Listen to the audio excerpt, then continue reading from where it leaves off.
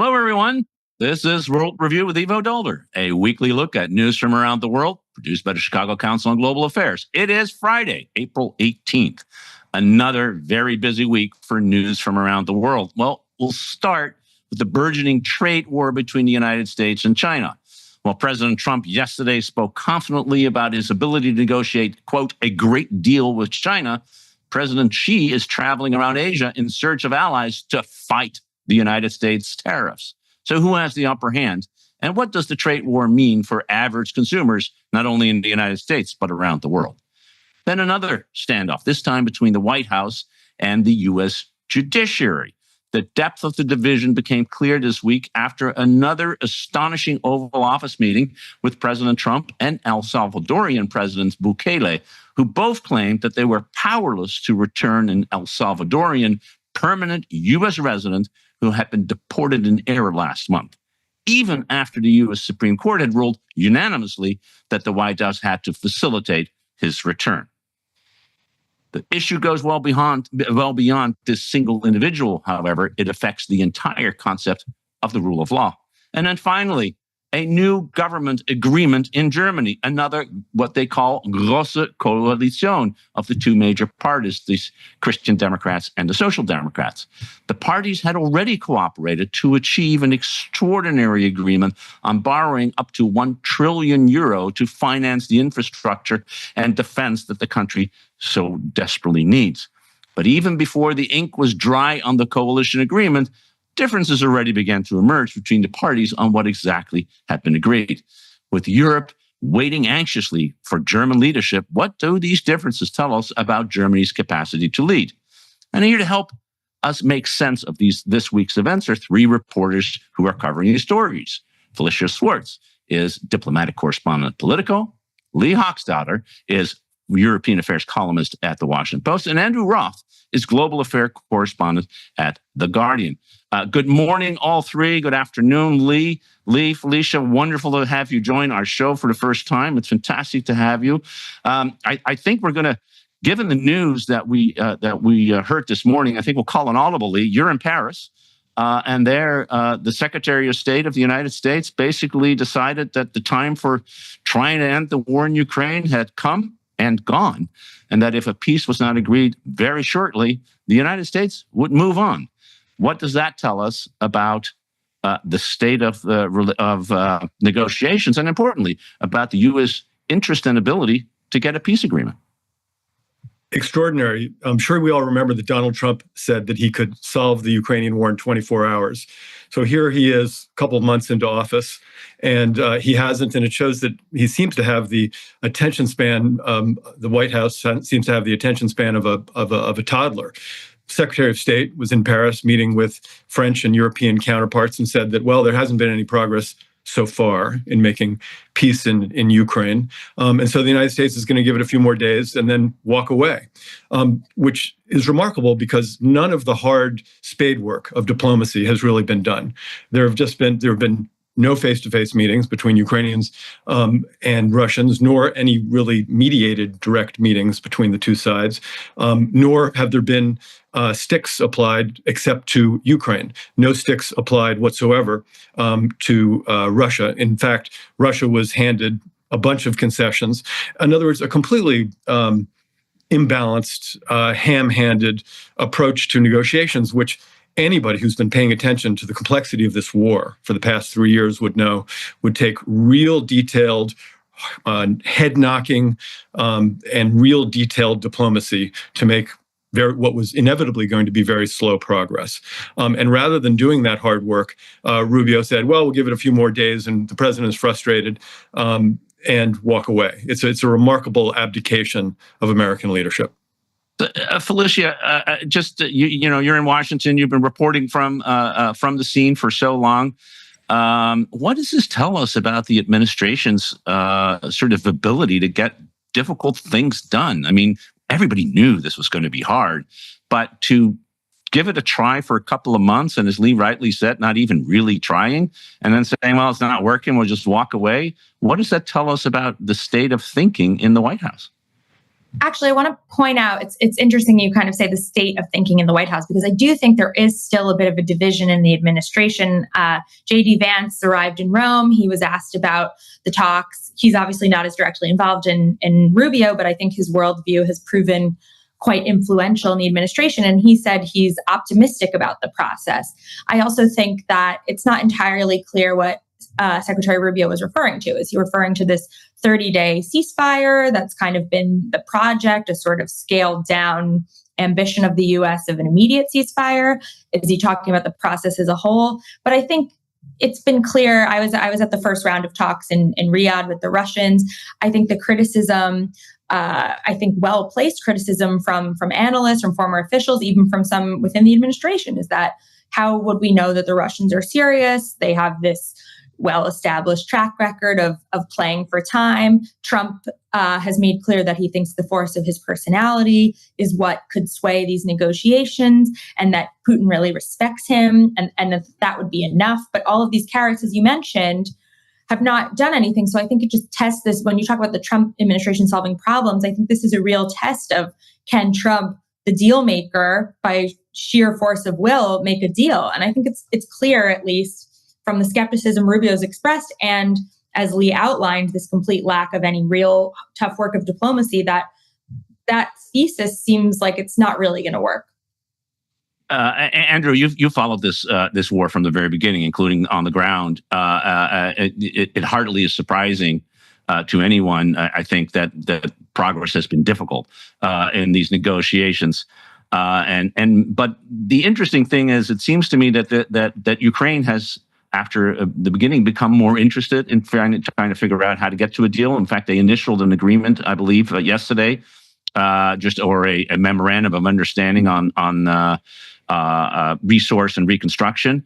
And the Russians have made very clear they're totally uninterested in war. And yet, as the president said yesterday, or this week, it was Ukraine that started the war, that was to blame, that he doesn't have a good relationship with Zelensky. And that this is a remarkable quote, I think, that he was, in the first term, Putin's apple in Putin's eye, which I thought was a remarkable statement from one leader to another. But what does this really tell us about what's happening on the ground, and is possible on the ground, given where these parties really are?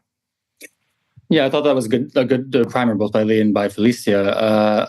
This was fairly predicted, at least by certain groups of people, that there was going to be this expectation that the Trump administration could come in, speak, with the Putin government in a way that hadn't been spoken with before, and that they would immediately manage a breakthrough through all of these really difficult situations around the war. I think that the Trump administration kind of misunderstands the Kremlin to a certain degree. They see them as the kind of hard-nosed deal makers, like Donald Trump, basically people who are looking for a deal quickly, like Steve Witkoff as well, the person they've sent to Moscow multiple times. And they might not recognize the kind of ideological background between why Vladimir Putin is acting on this war, and the fact that this isn't just about a good deal. This is about kind of righting a historical wrong from the Kremlin's point of views. So they don't, they both kind of denounce, the multilateral order or, international rules-based order, but they do it for different reasons. And I don't think they see eye to eye in terms of what's going on.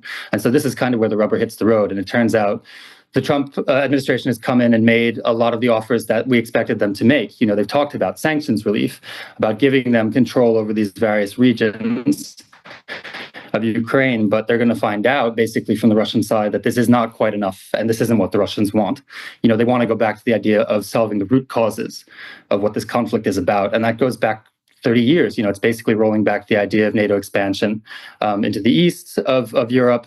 It goes back to a bunch of other issues, and the Trump administration doesn't want to be made to seem like it's completely being rolled in this process. So I do think that right now we're hitting a point where the Trump administration, maybe Steve Witkoff to a certain degree, and definitely Marco Rubio, based on his remarks today, have realized that getting a deal is not going to be easy.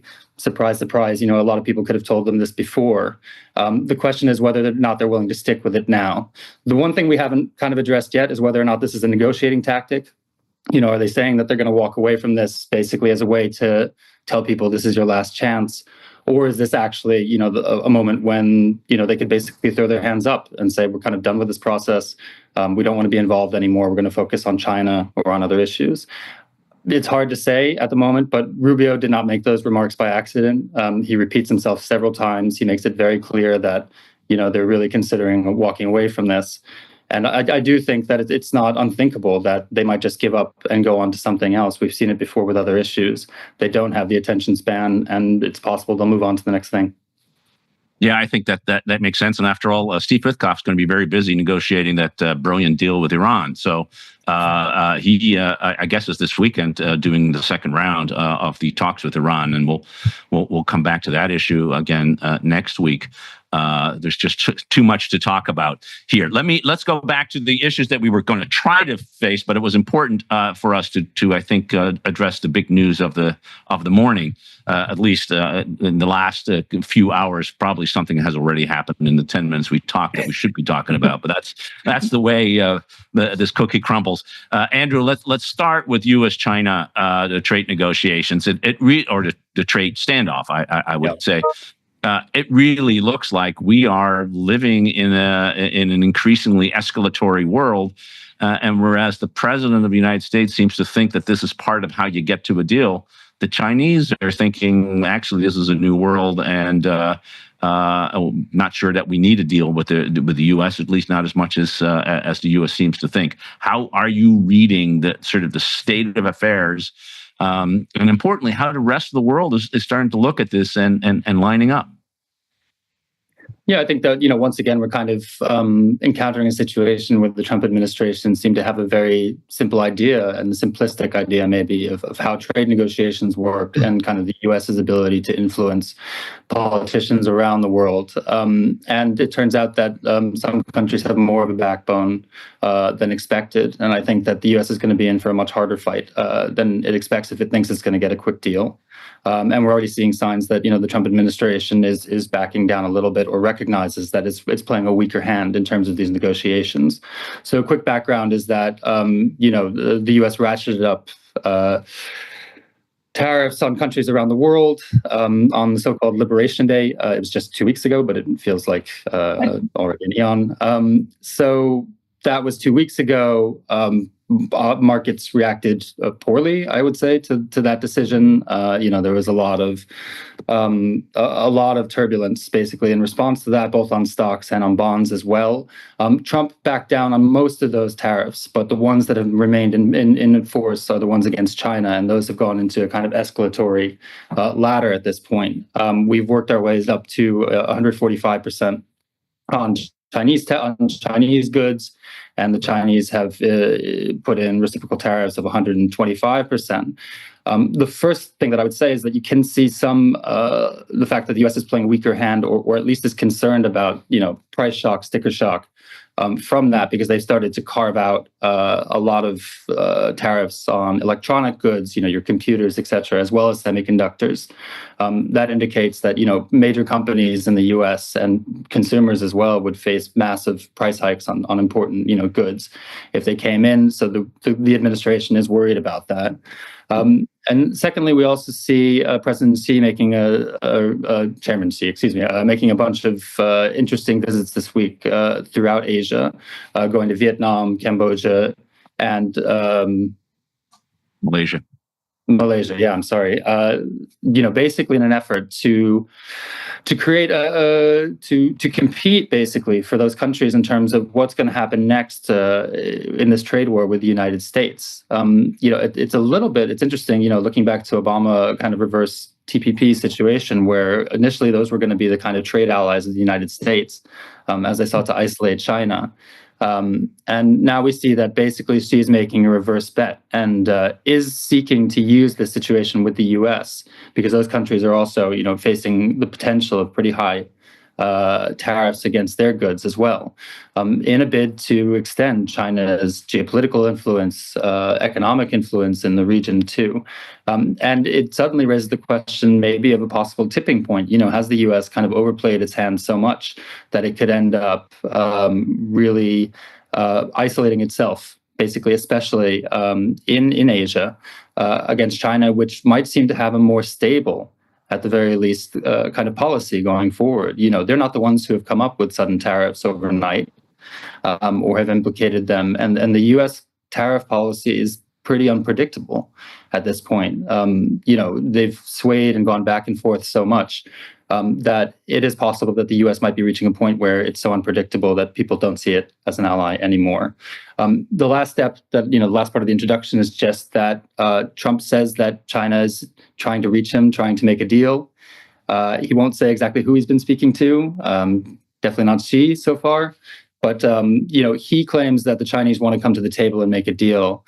We haven't really seen signs of that yet, and it seems the opposite. That China is very much, through this trip by Xi, and also through just public statements, they're voicing that they're going to push back against this hegemony, the U.S. kind of attempt to cow the market around the world, and that indicates that this might not be an easy deal to cut, and that the U.S. administration might be forced to step back again. So, difficult moment again for the Trump administration, and it's questionable whether they really have the follow-through to win this trade war. Yeah, your last, that's great introductions, Andrew, and I think that last point is very important. The president has repeatedly said that he's talking to people, and there's no evidence of any of that, certainly on the Chinese side. Felicia, you're looking at this from Washington from that perspective, and I guess the big question that people have is, what does the administration want? And particularly on China, on the one hand, you have a whole bunch of people who would love to decouple, to take the U.S. economy and make it less, if not completely, independent from China. And on the other hand, there are people who understand that it's pretty hard to decouple with the second largest economy that is pretty integrated into the global system, including the trading system of the United States. So what sense do you get of the debate inside the administration, to the extent there is a debate about the strategy with regard to China? One of the things that's been very interesting is I've been doing a bunch of reporting with my colleagues at Politico, and I think one of the stories we did this week talked about how there's not really a point person on China for people to go to, which is giving people a lot of jitters because President Trump wants to own the file for himself. He's really kind of the one steering the ship, and we had an administration official quit to us, it's a junior staffer, Donald Trump, who's taking the reins on this. And the only thing that he's really articulated publicly, I think, as you said, what they want, what the end game is, I think that's the million or, even $1 trillion question. But so far, all that Trump has articulated, like Andrew said, is that he wants China to come to the table. Like, he basically wants China to cry uncle and surrender. I think one of the things that's been interesting, there was some good analysis in The Economist and kind of squares with my reporting. Like, on the one hand, Trump is waging this very unpredictable trade war with China. But on the other hand, a lot of the China hawks in his administration have actually been sidelined. Like, the bunch of the firings at the NSC were kind of the more traditional China hawks. Mike Waltz and Marco Rubio, traditional China hawks in the administration, really don't seem to have any power on this file. We've heard, when lawmakers and others meet with them, they articulate the president's points, but don't really actually, they don't seem to be in a position to kind of like drive any policy, or they're not willing to kind of, say much. So it seems like though that the end game is not necessarily some like all out, like very intense trade war with China that might, cause a lot of pain to consumers, but perhaps get the outcome they want. I think Trump just wants to see a kind of quick deal with China. This is why he keeps saying, oh, they really want to talk. Maybe he's deflecting a little bit. Seems like he really wants to talk, but both sides are pretty dug in. So, I really don't know where this ends. I probably with the I think just thinking of the carve outs that he made on technology, that Trump kind of blinked first, right? So this gives this kind of, it's hard for Trump to be credible then, right? When he's already shown pretty quickly that he's willing to surrender. So probably the most likely outcome, especially, this hasn't really hit consumer prices. Economists say that won't show up for a few months. Once that happens, I think that's going to just be really challenging for the administration to dig in. I guess, Lee, as Felicia puts it, or I'll put it, I won't quote her, I'll make it myself, textbook art of the deal. Right? It seems to be that he is trying to get the negotiation going, but the other side's not interested in negotiation. They're certainly not interested in surrender. So how do you see it? And also, How do the Europeans see this? Because there's both huge opportunity on the one hand and huge danger in this trade war. Well, the Europeans are afraid of being roadkill in this rivalry between hyperpowers. But I think if you step back for a second and look at who has the upper hand here, I think the Trump administration and Americans, ordinary Americans, are about to learn a very tough lesson. The Chinese government is a communist-led autocracy. They have a very high tolerance for domestic pain. They're not responsible to a constituency to the extent that any American government is. Americans within a few months are going to find themselves very possibly short of, as summer approaches, fans, air conditioning. They're going to find themselves short of antibiotics, the materials for which and processing for which takes place in China. Those supplies come from China. They're going to find themselves short, Americans, ordinary consumers who go to the market, are going to find themselves short of sippy cups for their babies, bicycles for their kids' birthdays, dolls for other birthdays, and a very long list of ordinary consumer supplies. What is the American pain tolerance for not being able to go and find things on the store that you're absolutely accustomed to go and find? I think we'll find out, but I think we can guess that it's not that high, that those supplies will start to dry up fairly soon because nobody can deal with whatever it is, 145% tariff. And if you're talking about toe to toe, you see Secretary of Treasury Besson said the other day that the Chinese are playing with a pair of twos. Well, I think that is an arrogant, naive, and ignorant misreading of what China is and what the Chinese are prepared to bear. Keep in mind that the share of China's exports that go to the United States has declined over the last 7 or 8 years from 20% of Chinese exports to 13%. They've prepared for this moment. They are ready to face this moment. Well, for all indications, Trump is kind of making it up as he goes along. Yeah, I think, Lee, that's a really important point. It was Adam Posen in Foreign Affairs. Adam is the head of the Peterson Institute for International Economics, who made, I think, this incredibly important observation that the imbalance in trade actually gives China a better hand. We are dependent on buying all this stuff that is important for us to do, whether it is the issues you mentioned and the consumer products you mentioned, or indeed rare earth materials and rare earth magnets that are vital to advanced industrial manufacturing. And they're dependent on us for agricultural goods, which are easily replaceable, and the money that they make on it. And, money is fungible. We can't even manufacture F-35s, the mainstay of the U.S. Air Force, without materials that come from China. Yeah. So if China holds a pair of twos, unfortunately, we don't even have a pair of twos. Is the other way to think about it. It'll be fascinating to watch, and I think it's yet another indication that, when you want to do international politics or any politics, details matter and understanding details matter. And that seems in the two things we have just talked about, Ukraine and trade negotiation with China, to be severely lacking.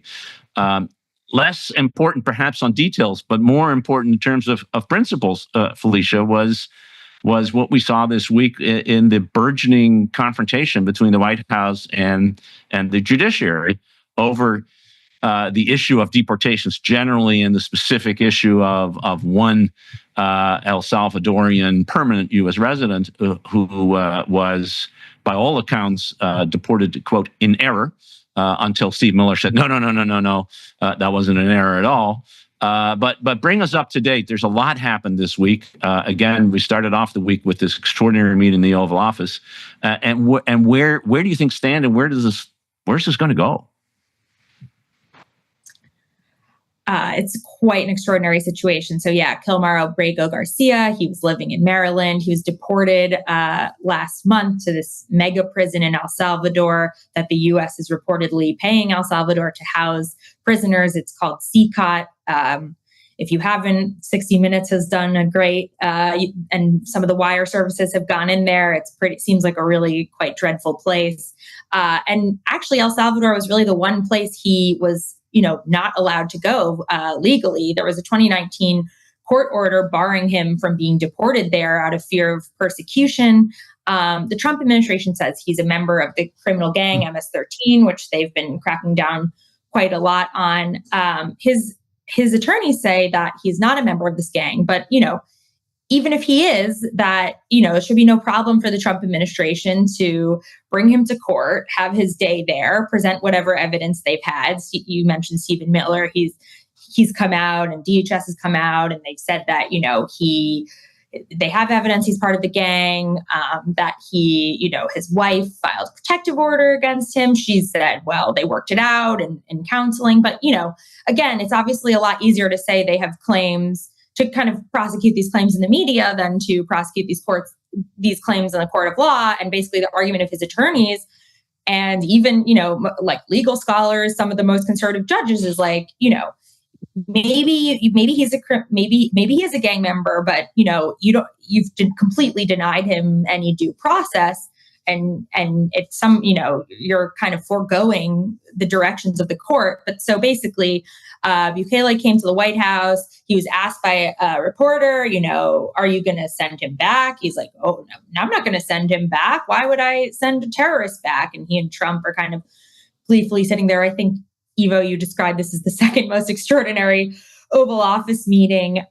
Stephen Miller chimed in and kind of gave this, what a conservative Reagan appointee judge said was a bad faith interpretation of a Supreme Court decision, basically saying that the Trump administration had to work to get him home. But the Supreme Court, basically there were two words they used. I guess basically it was like should and must are the kind of like plain terms, not the specific legal terms. But basically they said that the administration should do everything they can to bring him home, but kind of stop short of must, because they wanted to leave some room for the administration or the executive office to be able to do, foreign policy. And the administration, the president, Stephen Miller, his whole team has kind of taken what conservative legal experts and most legal experts say is a bad faith interpretation of this, because they're basically like, this is a victory. It's a 9-0. Stephen Miller said in the Oval Office, this is a 9-0 victory for us, that they say we have the right to determine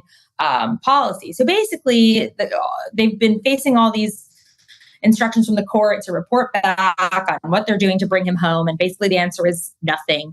There was the lawyer who made the initial determination that he was sent in error to this prison, has been put on administrative leave. Again, there's been like one court decision after another ordering the administration to do what they can to bring this guy home. There was kind of this political element to all of this. Chris Van Hollen, senator from Maryland, where he lives, went down to the prison. First, El Salvadorian officials were not letting him in to see Ábrego García. He was able to see him. But I guess, just to pose a question to everyone, whether we're in a constitutional crisis or about to be in one, I just wonder, what does this mean? The U.S. has kind of been this beacon of democracy and law and order. I mean, I've been covering, or maybe not law and order is the right term, but basically that the U.S. is an example for the world. I've been covering the State Department in some form or another for more than a decade. This kind of thing, had it happened anywhere else, would be like completely condemned. You get your textbook statements from the State Department, you get, back and forth in the briefing room. Now it's kind of the U.S. doing this. I just wonder what that means for the world, for the U.S. Where do we go from here? Lee, I think that's the right question. I'd love to sort of get your take on it. And also, you reported from El Salvador, 40 plus years ago. Not much has changed, or some things have changed. Other things haven't changed. Well, they built this prison with 40,000 people. Sorry? They built a prison that has 40,000 inmates. Well, 40,000 inmates, and they want to build another 5, I think, to house homegrowns, as the president of the United States put it the other day. But there's the relationship of El Salvador becoming basically a prison for hire, and not just prisons. These are pretty awful. They're camps, they're concentration camps, gulags, whatever you want to call them. They're not normal prisons. On the one hand, but there's also, on the other hand, this extraordinary question that Felicia rightly puts out. We are the shining city on the hill, as Ronald Reagan put it. And many people have looked up to the United States as the country that has the longest constitutional history, and we have a constitutional crisis. And in fact, perhaps as one reporter called it, a commentator called it, a constitutional crash. We're no longer in a crisis. It's in a different order of magnitude than anything we've seen. I think Felicia outlines it very well. You called it a concentration camp or a gulag. Let's look at this in a clear-eyed way. Here's a man who has been convicted of no crime, who, with complete United States connivance and cooperation, has been imprisoned indefinitely in an extremely harsh prison camp, having been convicted of nothing. And that's an extraordinary state of affairs. Here's a little country, El Salvador, where I was once based a long time ago, with 6 million people, that's been turned into essentially a prison camp writ large, with one facility, with a capacity of 40,000 inmates, which will be enlarged to 80,000 inmates. The United States, as Felicia said, is paying El Salvador to house this inmate from Maryland who's been convicted of nothing. And there's no telling when he might get out. He had no due process. You have a Supreme Court ruling, both in this case and in the case involving several hundred Venezuelans, which are sort of converging, in which the administration has been instructed to facilitate, that's the word that was used by the courts, to facilitate due process and the return, if necessary, of these inmates in order to grant them due process. And yet the administration said, well, facilitate, what does that mean? Well, we'll let them in at the border if they present themselves there, which they can't because they're in a facility that houses 40,000 inmates in El Salvador. It's an extraordinary state of affairs in which 2 U.S. federal judges, one in Maryland, one in the District of Columbia, the chief judge, by the way, of the federal court in the District of Columbia, are being defied, openly defied. That is a crash, a constitutional crash. And to the extent that those judges can hold the administration's feet to the fire, there may be some slight chance that eventually the rule of law will be restored. But for the moment, I would say it looks quite grim for the rule of law. You have the administration ignoring federal court and Supreme Court rulings out and out. Andrew, how do you see the moment, which in some ways from Monday onwards seems to accelerate in terms of this tension between the judiciary, the rule of law on the one hand, and the White House's argument that, it has the right basically to do what it wants to do for foreign policy reasons, which is playing out in a whole variety of other cases, including denying students visas or picking them up, and because they have the temerity to criticize Israeli actions, etc. I mean, how do you look at this in terms of the moment that we're in? Yeah, I think my colleagues put it out pretty well. I mean, it's an attempt to pretty much fundamentally rewrite the balance of power, in the U.S. And to attack the basis of judicial review. As these kind of conflicts continue, I think that we find out that a lot of things that were done by precedent and sort of tacitly through tacit understanding are going to be challenged very directly on a very legal basis by Trump, but also by the people who are around him. I mean, Stephen Miller in particular has pushed a narrative from the very beginning that anything that touches foreign policy is the purview of only the executive and can't be reviewed by any judges. And he's made a very aggressive argument that immigration and deportations are part of that as well. We see the executive directly ignoring what seemed to me to be pretty unequivocal decisions by these courts, going up to the Supreme Court, and basically doing what it wants to avoid facilitating or in any way making sure that this man comes back to the United States. The disdain for the courts and the judicial system was very clear to anybody who watched that Oval Office meeting between Bukele and Trump, and the catch-22 that they created, I thought, was quite extraordinary, where well, I can't facilitate his return because he's in, El Salvador, and Bukele can't return him to the United States because he's not, in charge of the United States. He can't be let back in. Essentially, they've trapped him in the kind of maws of this bureaucracy that prevents any kind of justice from taking place and courts from reviewing what the administration is doing. This is a fight that the administration wants to have. I think that anybody who's the kind of a fair arbiter of justice in this case would understand what they should do. But there's also a question of whether or not they want to lose the argument but win the kind of political battle around it. We see them leaning into this every day. And I think that the sad truth might be that cruelty, at least in this case, is something that polls well in the United States. And that people aren't necessarily going to throw in with an immigrant to the U.S. as opposed to the idea that we need to clear illegal immigrants, legal immigrants, and other people out of the United States, because that seems to be kind of unfortunately one of the trends at the moment. So I think that I do expect that it's only a matter of time before there's a very direct fight with the courts, maybe with the Supreme Court. And we're going to have a big question of whether or not the Trump administration decides to comply or not. And, that could lead to the kind of real direct constitutional crisis that people are talking about. And whether or not we're going to see a much bigger fight play out. I think the Trump administration seems to want to lean into this one. Yeah, I think that's exactly right. Leaning into it, and I also think your description of the catch-22 is exactly right. I would only point out that there are two people who don't have to be in the catch-22. It's the president of El Salvador and the president of the United States. Between the two of them, they ought to be able to figure out how to resolve this. And it demonstrates, I think, this larger point that this is a fight they want to have because they are trying to make a bigger point. This is not about the particular person. It's about who is in charge.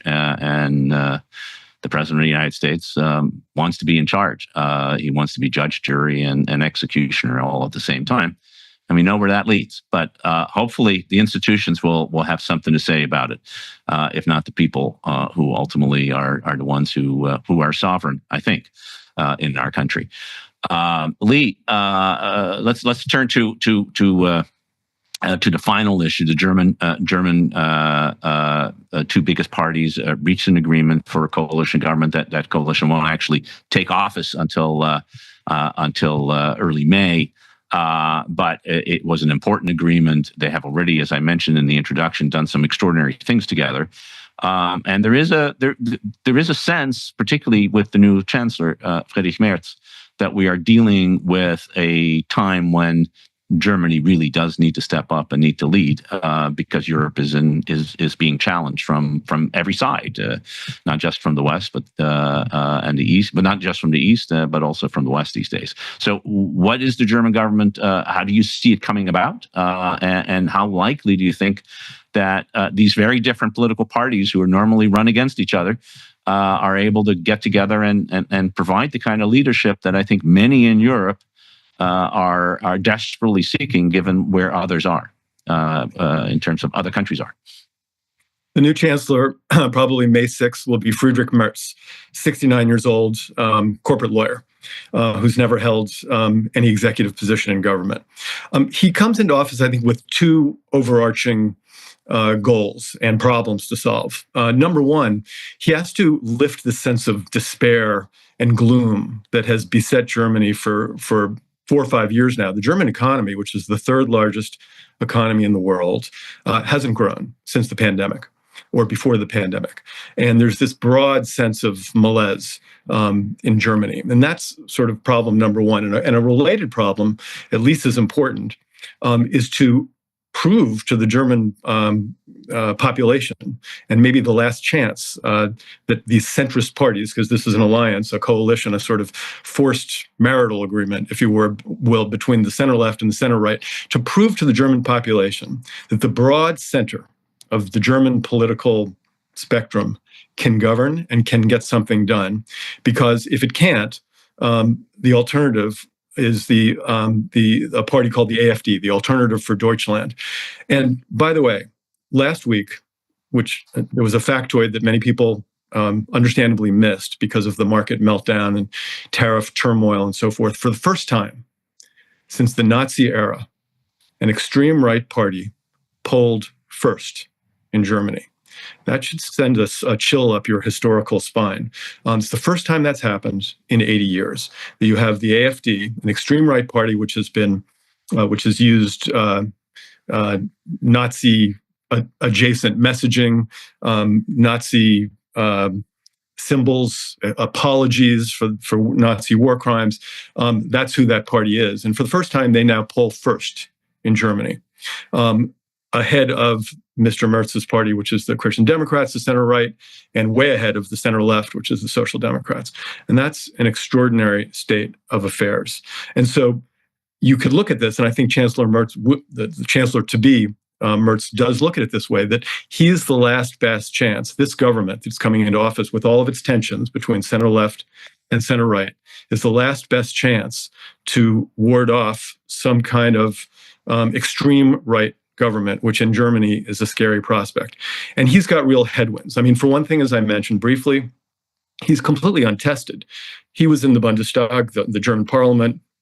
He's been a lawmaker, but he was out of politics for 10 years. He lost a leadership struggle to Angela Merkel. And he's never held, as I said, an executive position in government. He's thin-skinned. He's impulsive. 60% of the German population says that he's unfit to be chancellor. And this is the guy who's the last best chance, you might think, to rescue Germany. So that's a fairly scary state of affairs. And there are other, obviously, significant headwinds. One is Germany has one of the world's largest, second largest export-led economy. Think of the cars that so many of us drive in the United States. Has already been hit with a 10% tariff, which applies to everybody by the Trump administration, plus 25% on cars, steel, and aluminum. And that 10% could be going to 20% against the entire European Union. So this is a tariff that hurts Europeans and countries all over the world, but really hurts Germany. And so, the Merz government's going to have to deal with that. That's a lot of headwinds. Now, Ivo, as you mentioned, the chancellor in waiting has already done one extraordinary thing. He cut a deal, even before coming into office, with his temporary allies in the outgoing parliament, the sort of the parliament that's no longer sitting, to lift the debt brake. Now, what this means is that Germany has been laboring for since 2009 under this fiscal straitjacket by which it does very, very little borrowing, very little deficit financing through debt, compared to any other major Western country. This constrained all sorts of investments. If you go to Germany, you'll notice that all the trains are late habitually. It's because there's been no investment in the trains. The German military can't fight for 2 days because there's been no investment. There's been no investment because there's been very little borrowing. And there's been no borrowing because of this constitutional stricture known as the debt brake. Well, Merz managed to swing a deal by which the debt brake was lifted, and that there's now going to be between 500 billion and 1 trillion euros of new borrowing for investment in reviving the German military and reviving German infrastructure. That's an enormous sea change. And at the same time, on election night in February, when his party came out first, and he was evidently going to be the next chancellor, he announced that his project would be to gradually proclaim independence from the United States. Another incredible, unimaginable sea change for a country whose entire sense of belonging to the West was grounded in many ways with its relationship with the United States and the protection that it got from the United States. And thirdly, he raised the prospect of entering into a sort of nuclear deal with the French, where the French nuclear umbrella would also protect the Germans. Again, unimaginable for a country which was really enthralled to the idea in some quarters, especially on the left, of pacifism. So Merz is not even chancellor yet, and yet he's kind of shifted the conversation in some ways. At the same time, as you've referenced at the top, there are these real tensions. He's the center-right politician. He's in coalition with the center-left. This is a sort of forced marriage of convenience, and they don't see eye to eye on a lot of basic things. Taxes, for starters. Immigration, for another big issue. Merz and the right would like to see a real crackdown on immigration. They're afraid of this extreme right party, the Alternative for Germany, whose main issue is that there's been too much immigration in Germany. And Merz wants to sort of close the borders, halt the asylum processes, and his coalition partners in the center left aren't going to have it. And so that's a real tension as they come into office. And so that's going to be a very, very difficult situation for a guy whose personal popularity is someplace in the 20s, and who 60% of the Germans don't think is fit to be chancellor.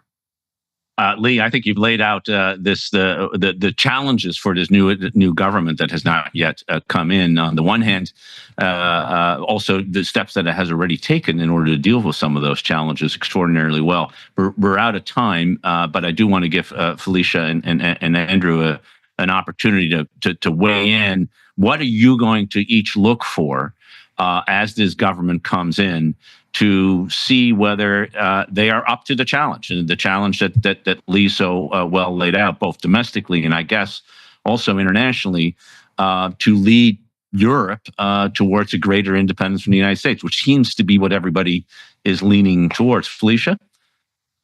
Just three things. One, kind of to bring it back to our initial conversation about Ukraine. I think Germany has a real opportunity to be a leader on Ukraine, but there's already been some internal disagreement. Like I think Merz has said that he's open to sending Taurus missiles. This question of long-range fire has long dogged the kind of Western alliance. There are others in his government who don't want to do it.